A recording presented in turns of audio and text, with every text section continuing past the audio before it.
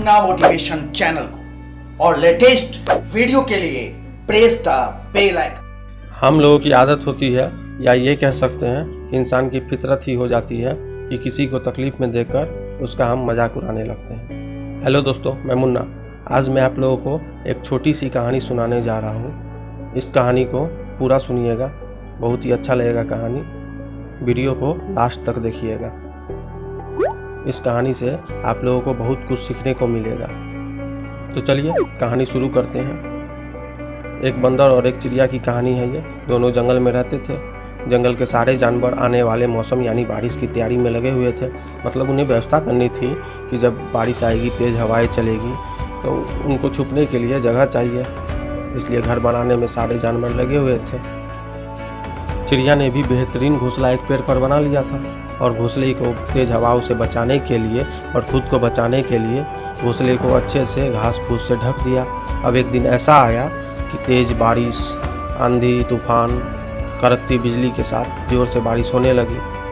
तो चिड़िया ने फटाफट अपने घोंसले में चली गई और उस दिन बहुत तेज़ बारिश हो रही थी।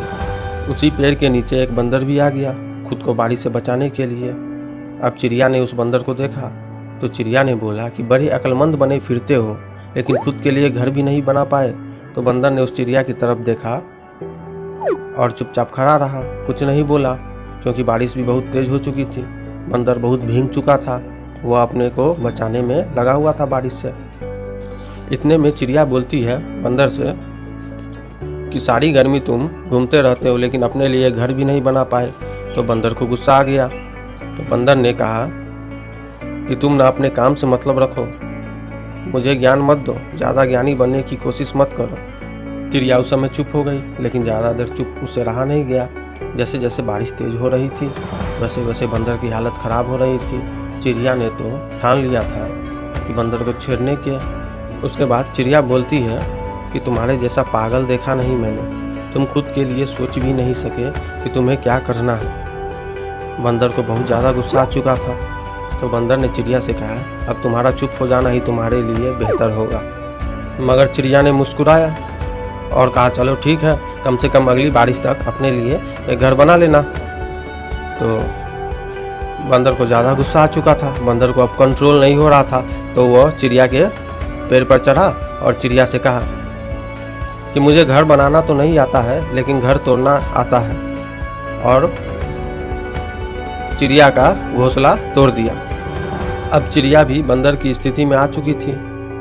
इतने खराब मौसम में, बारिश में, तूफान में वो भी अब बेघर हो चुकी थी। हम में से कई लोग ये करते हैं, जब कोई व्यक्ति तकलीफ़ में होता है तो उसकी मदद करने के बजाय उसे ताने देते हैं, उसे कोसते हैं, उसका मजाक उड़ाते हैं। मैं मानता हूँ कि हर व्यक्ति अपनी स्थिति के लिए खुद जिम्मेदार होता है।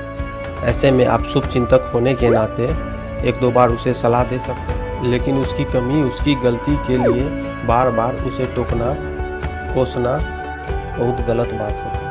और ऐसा करना आपको उस चिड़िया वाली हालत में पहुंचा सकता है। तो कोशिश करिए जो बुरी हालत में है उसके लिए थोड़ी सी सिंपैथी अपने दिल में रख लीजिए। तो दोस्तों, कहानी कैसा लगा? अगर कहानी अच्छा लगा हो तो लाइक कर दीजिएगा, चैनल को सब्सक्राइब कर दीजिएगा। Thank you.